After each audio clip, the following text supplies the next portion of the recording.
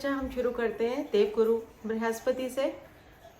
बृहस्पति यानी कि जीवा, यू, आप स्वयं हो, यानी कि the gravitational force which Jupiter is having is inside you.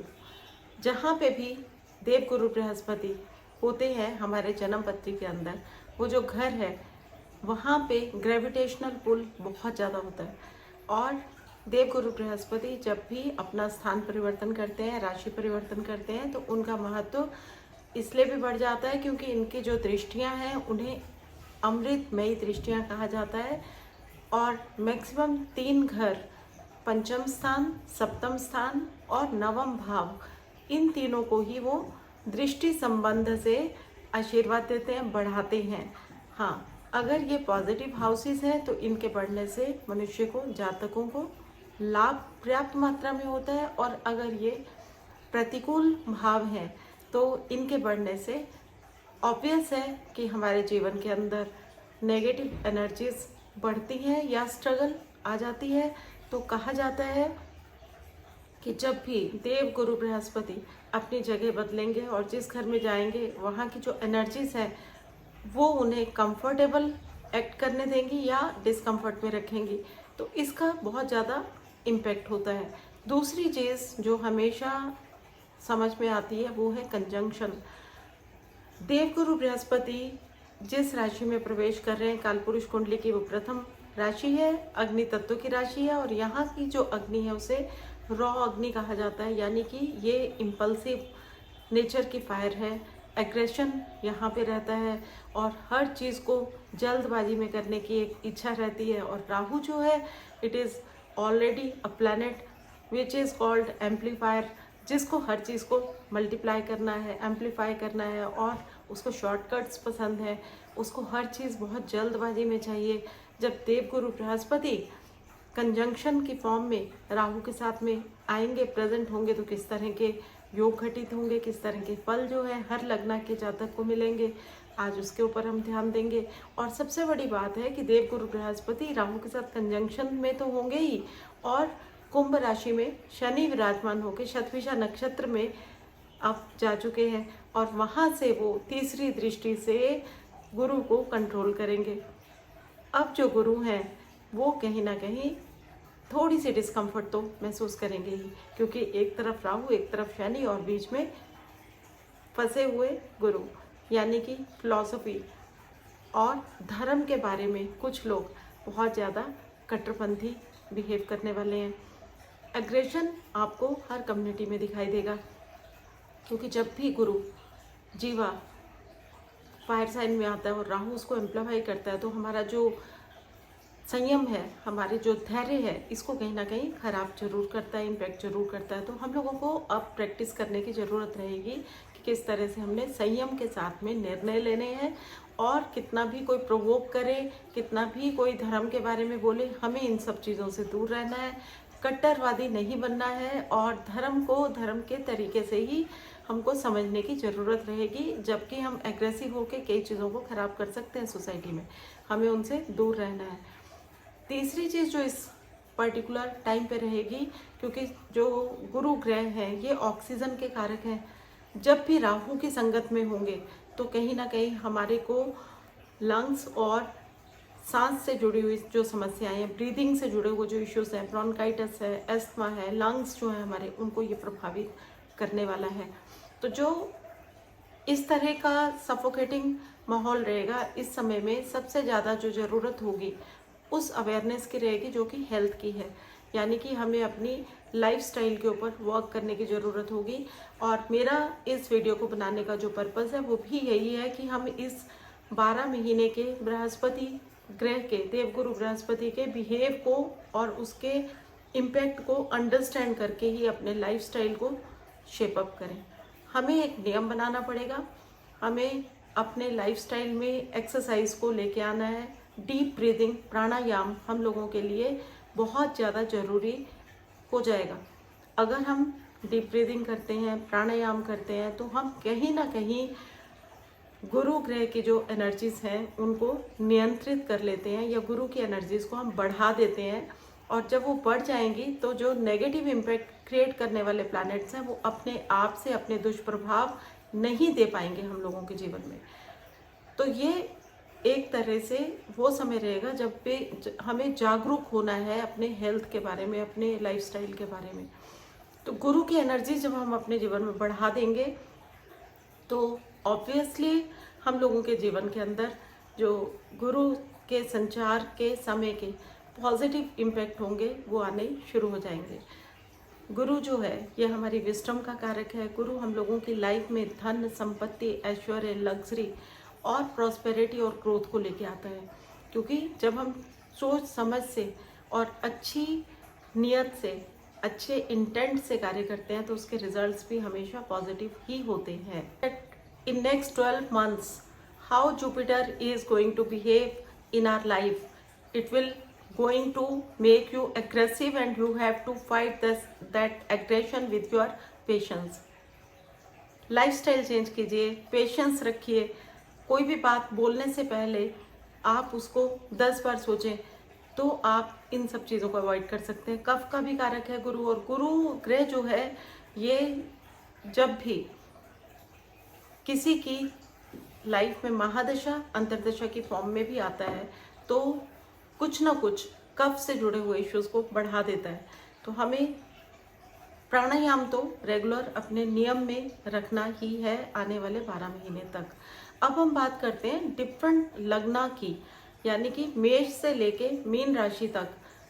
यानी कि हम अब बात करेंगे कि लगन के मुताबिक, ये चंद्र राशि के ऊपर बेस्ड प्रेडिक्शंस नहीं है, रीडिंग्स नहीं है। तो सबसे पहले आप ये ध्यान दीजिए कि आपके जन्म पत्री में फर्स्ट हाउस के अंदर जो साइन है, अगर वहाँ पे 1 नंबर लिखा है तो वो मेष लगन है।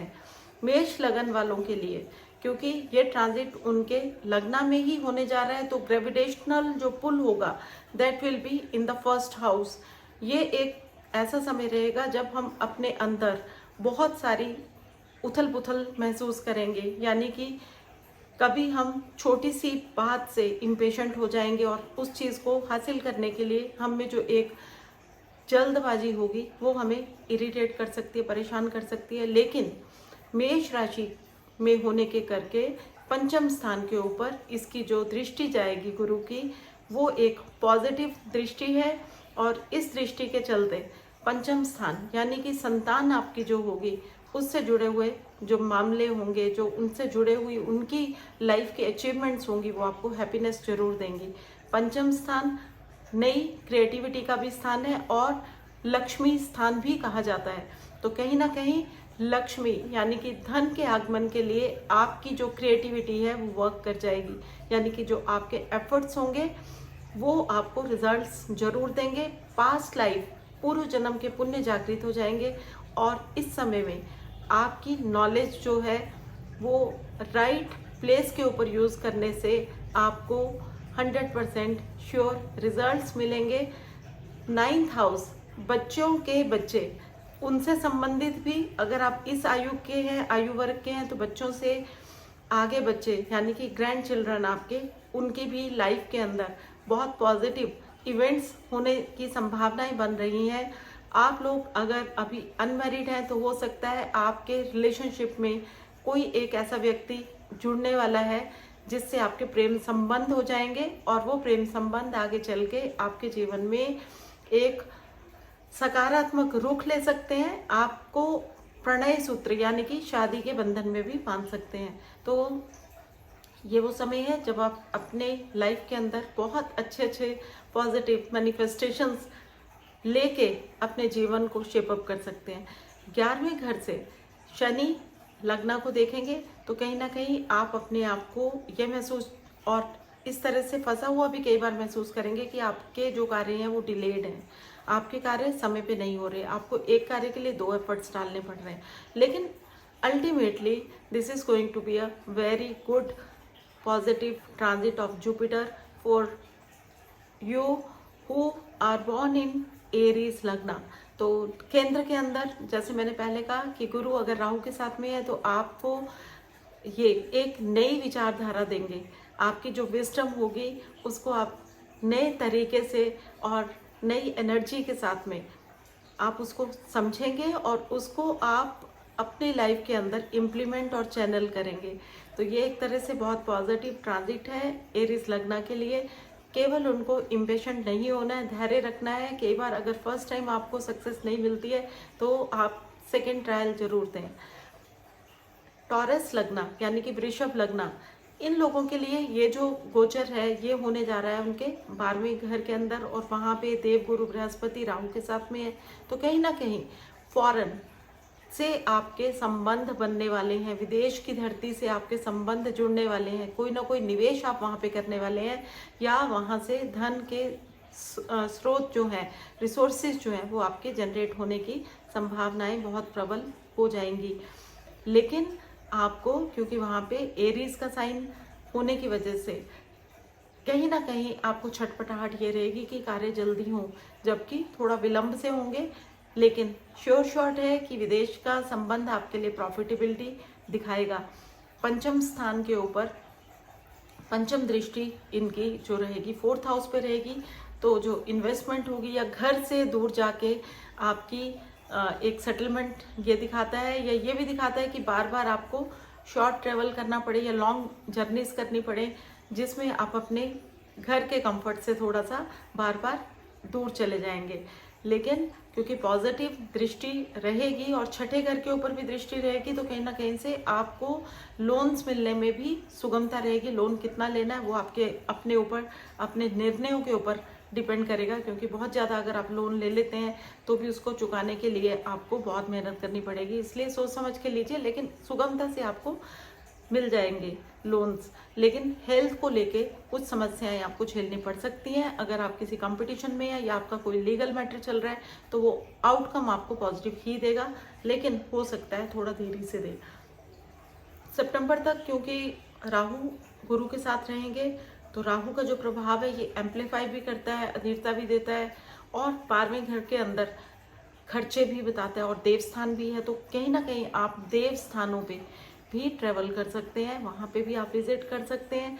और क्योंकि इसकी 9th जो दृष्टि पड़ेगी वो आपके अष्टम स्थान पे पड़ेगी, तो ओकल्ट में अगर आप हैं, ज्योतिष में अगर आप हैं, आपका कार्य अगर रिसर्च से जुड़ा हुआ है तो उसको भी ये बढ़ाएगा। उसमें भी इंटरेस्ट आपका जो अगर है तो वहाँ से भी आपको धन की वर्षा होने के योग बनेंगे। और अगर इनहेरिटेंस से जुड़े हुए कुछ मसले आपके निलंबित देरी से बिना किसी सॉल्यूशन के चली जा रहे थे, उसमें भी कहीं ना कहीं सॉल्यूशन मिलने की संभावनाएं बनेंगी। और इस तरह से गुरु की जो पॉजिटिविटी है वो तो आपको कहीं ना कहीं विदेशों से जरूर जोड़ने वाली है, लेकिन क्योंकि विदेशों से जोड़ेगी तो आप अपने घर के कंफर्ट से थोड़ा दूर जाएंगे। लेकिन ये जो समय है ये आपके अंदर मेजर ट्रांसफॉर्मेशन लेके आने वाला है, यानी कि आपकी पर्सनैलिटी ट्रेट्स को ही बदल के रख देगा। तो वृषभ लगन वालों के लिए भी ग्रेविटेशनल पुल जो है 12वें घर में है, तो नेचुरली आपके जो व्यय होंगे घर के ऊपर हो सकते हैं, क्योंकि 4th हाउस को भी देख रहा है। गाड़ी के ऊपर हो सकते हैं क्योंकि 4th हाउस को देख रहा है। वर्क फ्रॉम होम करने की जो आपकी एक इच्छा रहती थी, वहाँ से आपको कंफर्ट जोन छोड़ के बाहर जाने की तरफ ये खींचेगा, तो वो एक डिस्कम्फर्ट आपको झेलना पड़ेगा। अब हम बात करते हैं मिथुन लगन की। मिथुन लगन इनके 11th हाउस में ये गोचर होने जा रहा है, और वहाँ पे राहु जो है मेष राशि में ऑलरेडी विराजमान है, एम्पलीफायर का कार्य करते हैं।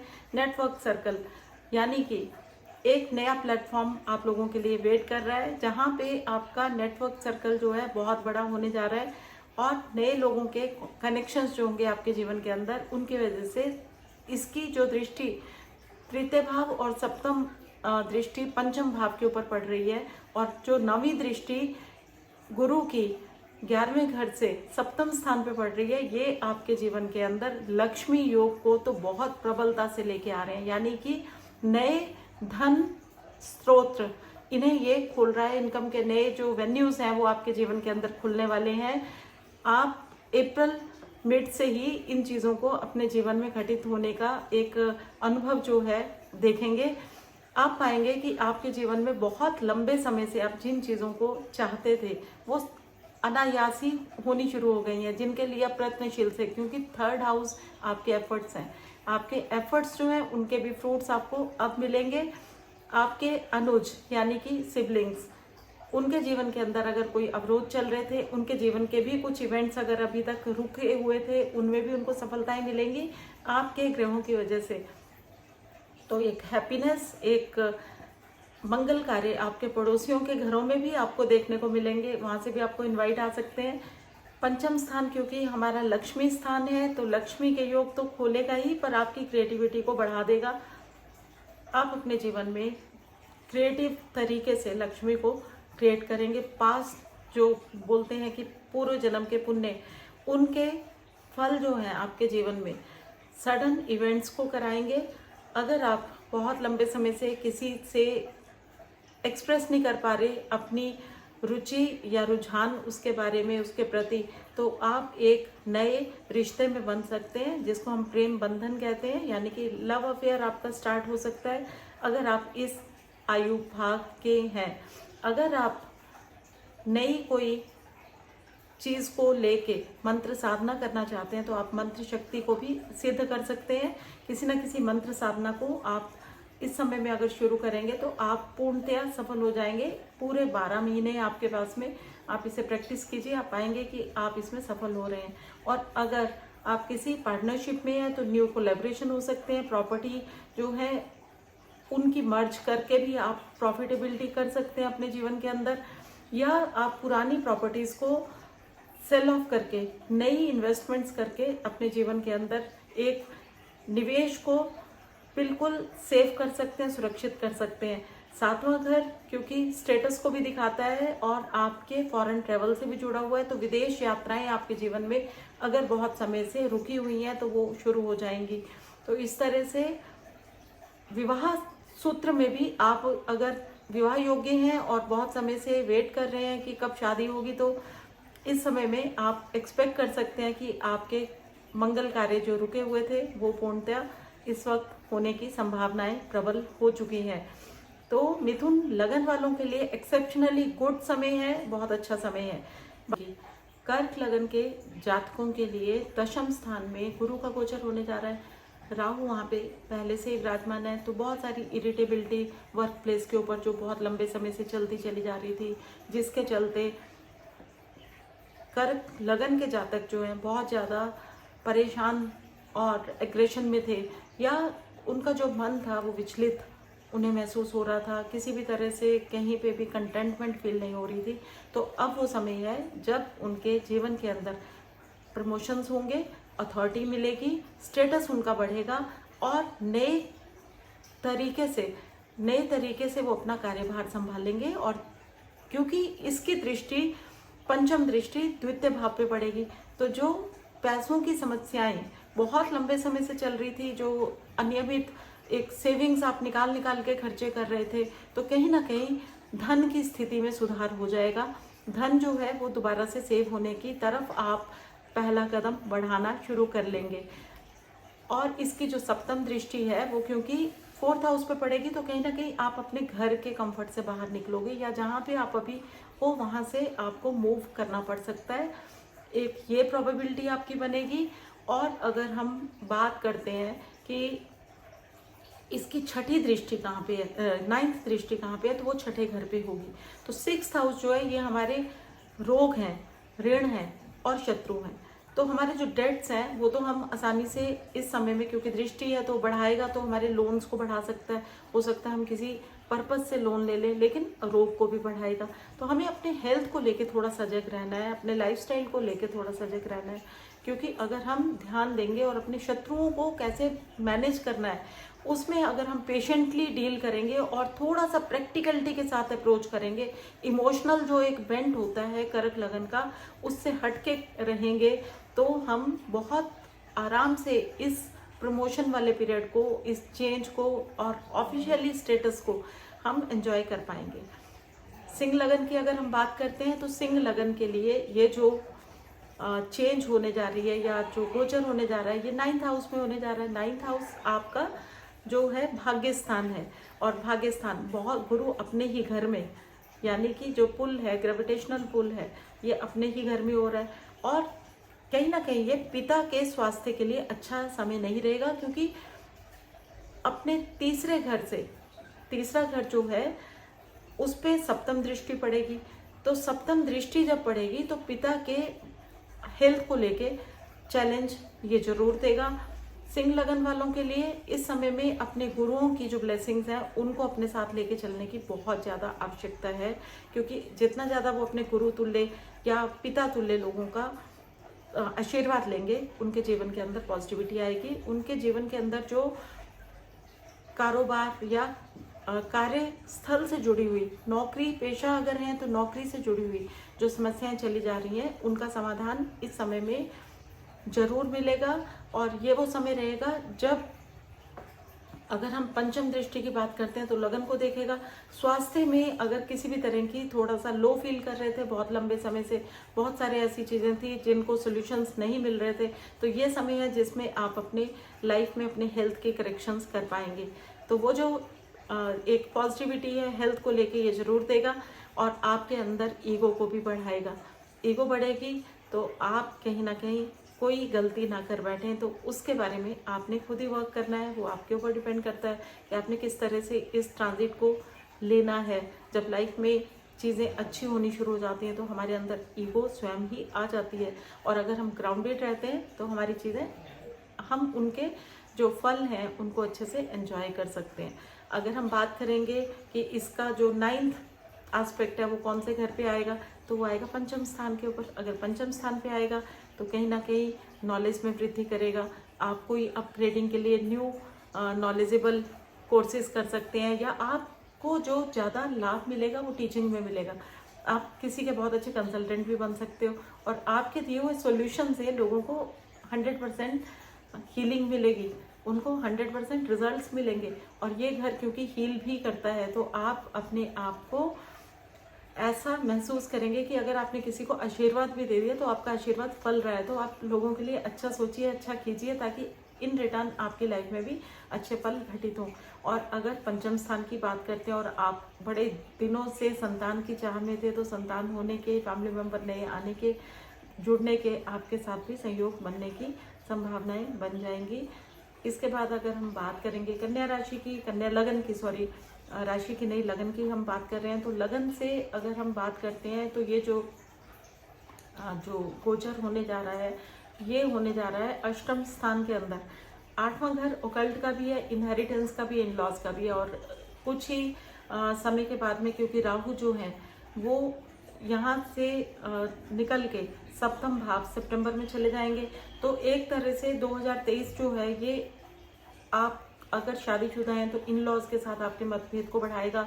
लाइफ में पार्टनरशिप जो है आपकी उनमें कुछ ना कुछ ब्रेकअप्स हो सकते हैं, या ऐसा भी हो सकता है कि आपके दाम्पत्य जीवन के अंदर कुछ एक मनमुटाव शुरू हो जाए।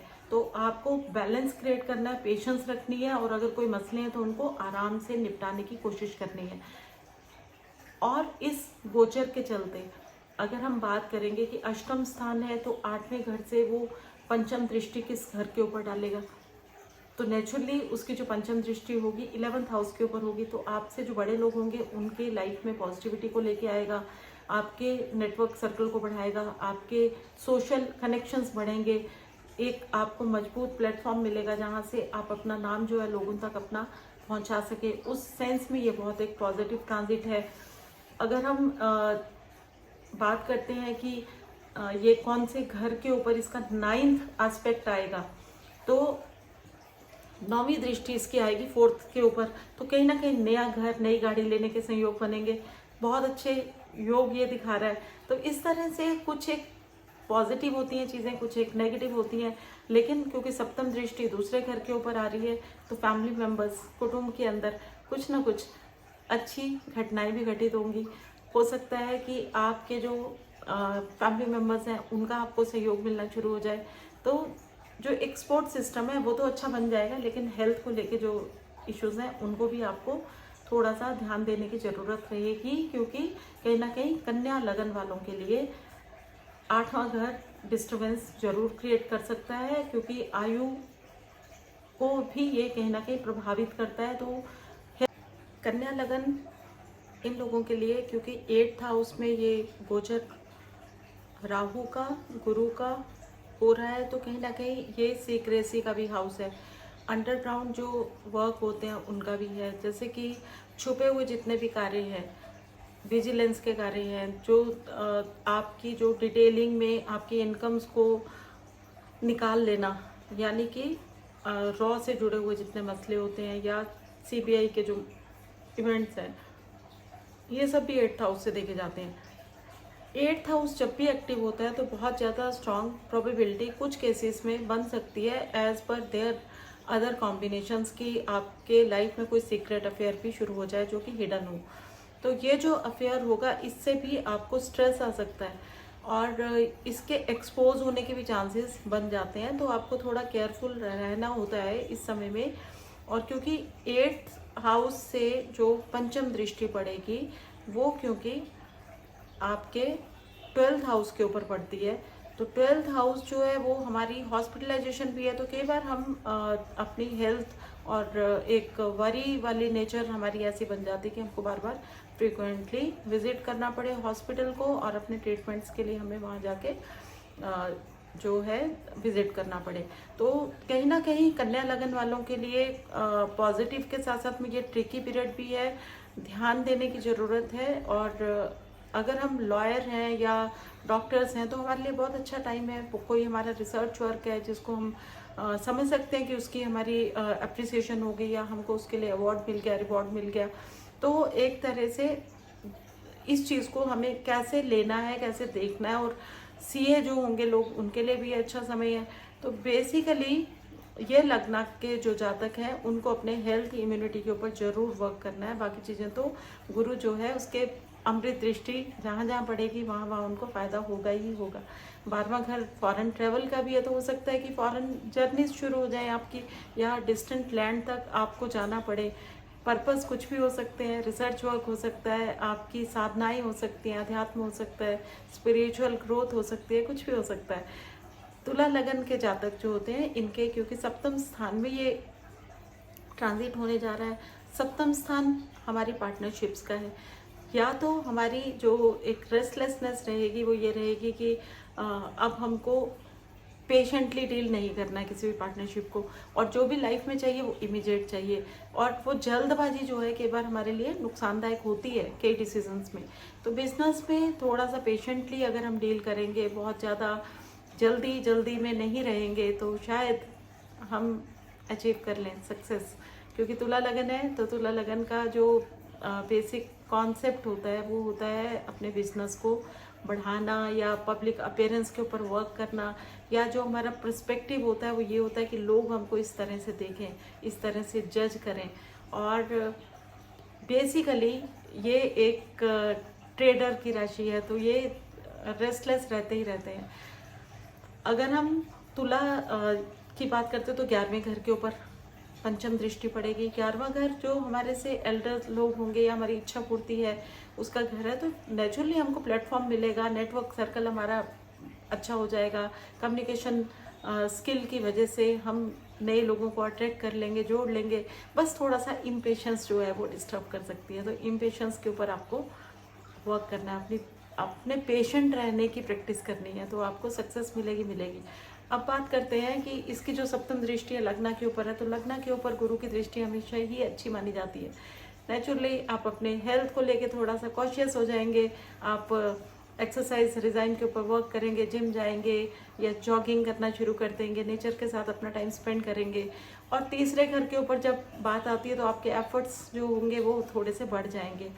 आप शॉर्ट ट्रेवल्स आपके बढ़ जाएंगे, डेली आप अपने घर पे बैठ ही नहीं पाएंगे। पता चलेगा कि सुबह गाड़ी लेके निकले और शाम को अपने घर में एंटर कर रहे हैं। उन एफर्ट्स के साथ साथ में आपका जो ट्रेडिंग होगा, कम्युनिकेशन स्किल होगा, मार्केटिंग होगा, उसको भी ये बढ़ाएगा। तो एक तरह से अच्छा है, गुरु का गोचर है, कितना खराबी देगा। थोड़ी बहुत जो इसकी डिस्कम्फर्ट है वो तो आपको झेलनी पड़ेगी, क्योंकि हैवी प्लेनेट है, पुल बहुत ज़्यादा है, ग्रेविटेशनल पुल बहुत ज़्यादा है। तो 7वां घर आपको ये डिस्टर्बेंस जरूर देगा कि आप अपने को बहुत जल्दी ग्रो करते हुए देखने की जो एक पेशेंस है वो लूज़ करेंगे। आपको इम्पेशेंट नहीं होना है, पेशेंस रखनी है। आपके जीवन में जो धैर्य है वो ही आपका वेपन होगा इस समय में। और गुरु जो है, गुरु की जो एनर्जीज़ हैं, फिलॉसफिकल एनर्जीज़ हैं, वो थोड़ा आराम से काम करता है, लेकिन करता है। पॉजिटिव वे में अगर हम देखें तो सभी राशियों के लिए कुछ ना कुछ अच्छा होने वाला है। 8वीं राशि वृश्चिक लगन। वृश्चिक लगन वालों के लिए ये जो गोचर है ये छठे घर में हो रहा है। छठा घर हमारे रोग ऋण शत्रु का है, तो चैलेंज बढ़ेंगे। नए नए जिसको बोलते हैं ना कि आपको जो दृष्टि संबंध की अगर हम बात करते हैं तो दशम स्थान, तो कहीं ना कहीं हमारा स्टेटस बढ़ेगा। लोगों के बीच में हमारी जो एक छवि है वो बहुत अच्छी हो जाएगी। लोग हमें जानने लगेंगे, लोग हमारे वर्चस्व को मानने लगेंगे। तो वो जो एक वर्चस्व को मानना होता है, और जो 12th हाउस है हमारे निवेश करने की शक्ति को बढ़ाएगा। हमारे देव स्थलों के ऊपर जो विजिट्स होंगे वो बढ़ जाएंगे, और हमारे खर्चे भी थोड़े से बढ़ेंगे, पर वो खर्चे होंगे पॉजिटिव चीज़ों के लिए। क्योंकि सेकंड हाउस हमारी फैमिली है, हमारा कुटुंब है, हमारी सेविंग्स है। हो सकता है हम जो सेविंग्स हैं उनको बढ़ा दें, या हम गोल्ड मेटल्स के ऊपर इन्वेस्ट कर लें। तो एक तरह से वृश्चिक लगन वालों को जो एक नेगेटिव ट्रेड्स रहेंगे वो शत्रु बढ़ने के रहेंगे, शत्रु बढ़ेंगे। मतलब कि जब आप ग्रो करते हैं तो नेचुरल है ना कि आपके जलने वाले लोग भी बढ़ेंगे। जैसे जैसे ग्रोथ होती है तो आपकी जब वर्चस्व बढ़ता है तो हो सकता है कुछ लोगों की नज़रों में खटके, लेकिन आप अकेले ही एक टाइगर की तरह, जंगल में शेर की तरह अपना वर्चस्व जो है वो साबित करने में कामयाब होंगे। तो अच्छा समय है। धनु लगन, धनु लगन के लिए पंचम स्थान के ऊपर ये गोचर होने जा रहा है। पंचम स्थान का जो गोचर है तो पंचम दृष्टि किस पे होगी? 9th हाउस के ऊपर।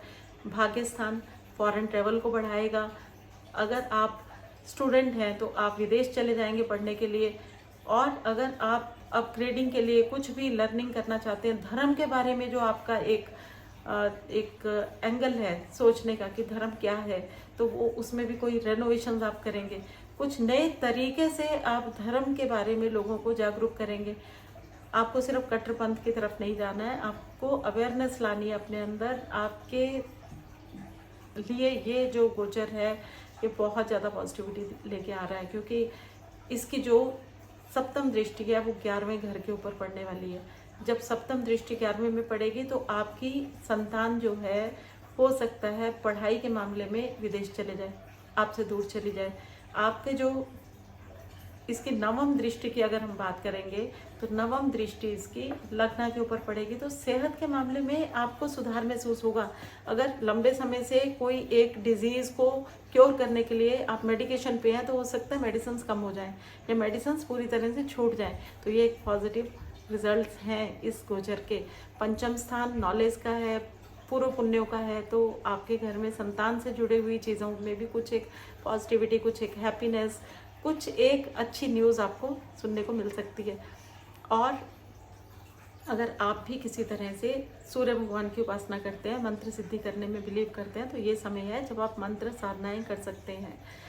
और मकर लगन की अगर हम बात करते हैं तो इनके 4th हाउस के अंदर ये गोचर होने जा रहा है, और उसकी जो पंचम दृष्टि पड़ेगी इस गोचर की वो अष्टम स्थान पे पड़ेगी। तो नेचुरली लाइफ के अंदर कुछ एक सडन इंसिडेंट्स भी होंगे, इवेंट्स भी होंगे, और कुछ एक ऐसी समस्याएं भी आ सकती हैं जो कि आकस्मिक हों, हेल्थ से जुड़ी हो सकती हैं, और आपको आपके खर्चों को बढ़ा सकती हैं। कई बार हम लोग अपनी बारे में बहुत ज़्यादा शॉर्ट होते हैं कि ये चीज़ हमारे साथ हो ही नहीं सकती, तो वो जो घटनाएं हैं वो हमें ज़्यादा विचलित करती हैं।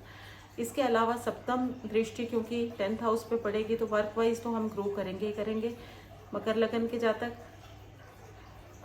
और क्योंकि 12वें स्थल के साथ भी इसकी नवम दृष्टि पड़ेगी तो विदेशों के साथ आपके संबंध जो हैं वो सुदृढ़ हो जाएंगे, विदेशों से आय के स्रोत बनेंगे, खर्चे थोड़े बढ़ेंगे, ट्रैवल आपको एक्सपेंसिव रहेगा।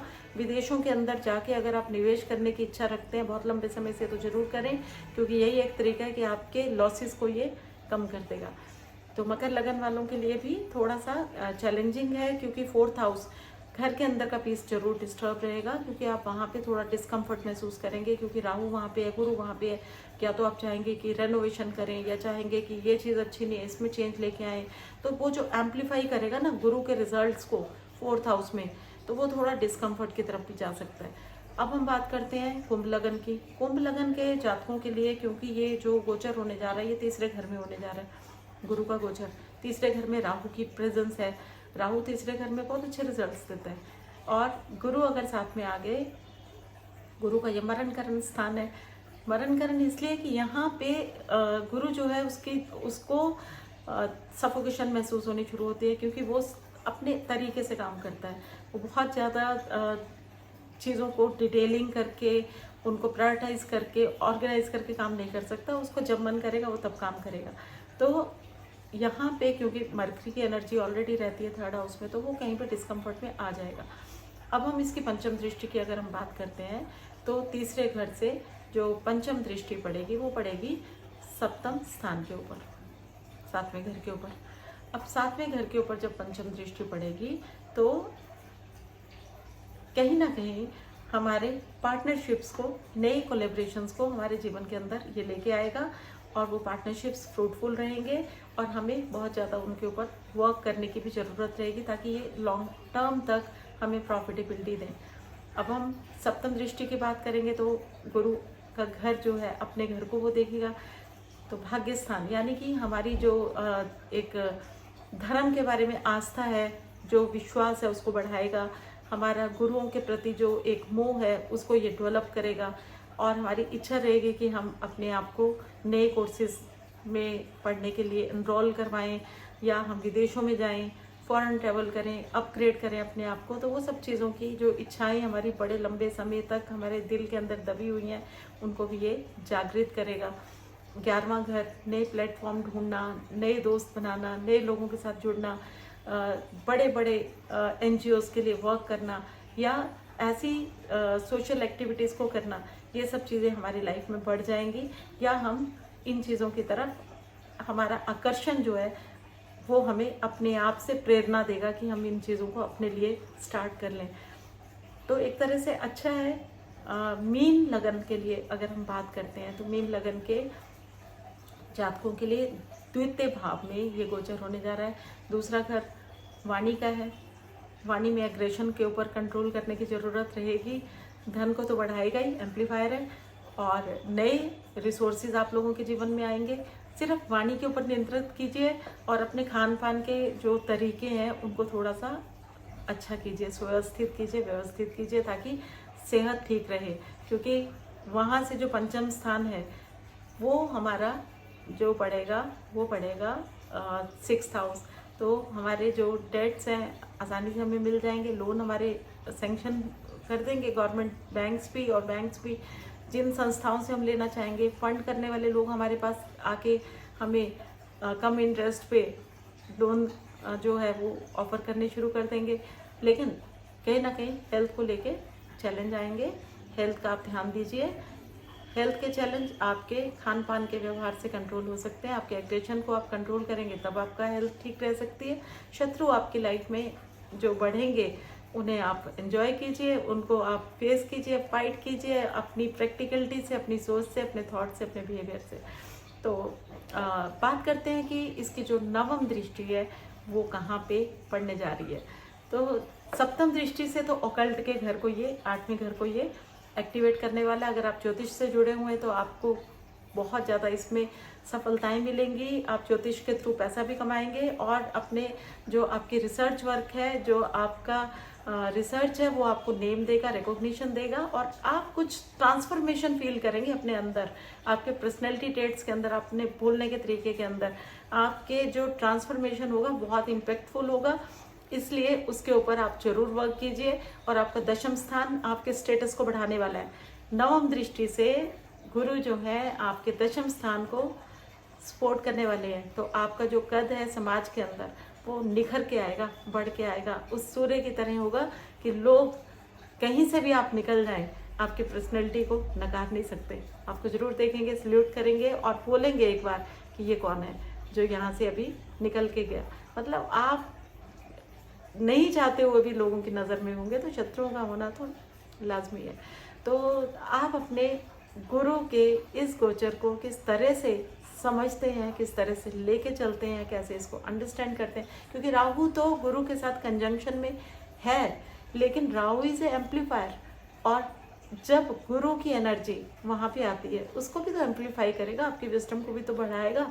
लेकिन राहु जो है out of the box thinking देता है। तो अनैतिक तरीके से अपने कार्यों को अचीव करने की जो आप कोशिश करना चाहोगे उसके ऊपर अंकुश लगाने की ज़रूरत है।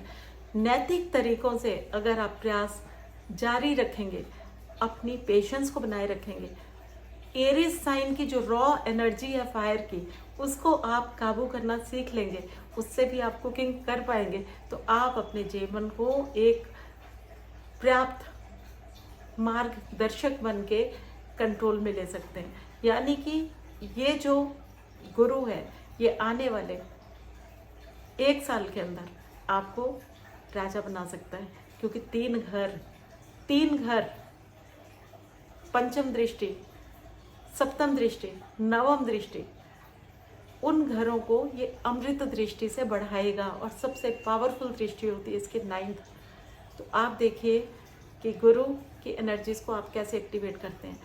आप सभी लगन के लोगों के लिए गुरु की एक सीख मैं देना चाह रही हूँ, वो ये है कि गुरु की एनर्जीज को अगर आप अपने जीवन के अंदर लेके पॉजिटिविटी को मेंटेन रखना चाहते हैं, तो एवरी थर्सडे आप केले के पौधे के ऊपर गुड़, चने की दाल और हल्दी जरूर चढ़ाएं, जल चढ़ाएं और घी का दीपक करें।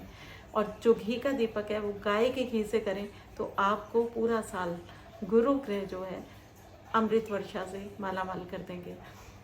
दूसरी चीज़, एवरी थर्सडे आप कोशिश करें कि आप नारायण कवच पढ़ेंगे। नारायण कवच मैं बार बार हर वीडियो में या कई वीडियो में आपको बता चुकी हूँ कि बहुत ही पावरफुल है।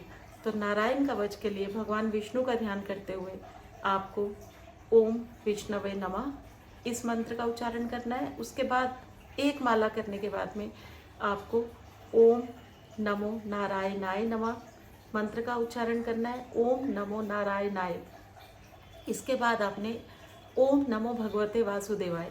बस ये 3 मंत्र हैं, इनकी 3 माला डेली या एवरी थर्सडे गुरु के इस ट्रांजिट में अगर आप करेंगे, तो कहीं भी आपको नेगेटिव जो इम्पैक्ट होंगे उनको आप आराम से निकाल लेंगे। आप खड़े रहेंगे और अपने जीवन के अंदर सुदृढ़ होके एंजॉय करेंगे इस गुरु की पॉजिटिव एनर्जी को। शुभ हो, मंगल हो। उम्मीद है ये वीडियो आपको मार्गदर्शन देगा। अपने जो अनुभव हैं इन्हें अपने जीवन में अप्लाई करने के बाद में हमें ज़रूर बताएं। इनबॉक्स, आपकी हर मैसेज को हम पढ़ते हैं, आपको रिप्लाई देने की कोशिश करते हैं। जो हमें DM आते हैं या हमें व्हाट्सएप पे मैसेजेस आते हैं, उनको भी रिप्लाई करने की पूरी कोशिश की जाती है। शुभ हो, मंगल हो। फिर मिलेंगे। नमस्कार।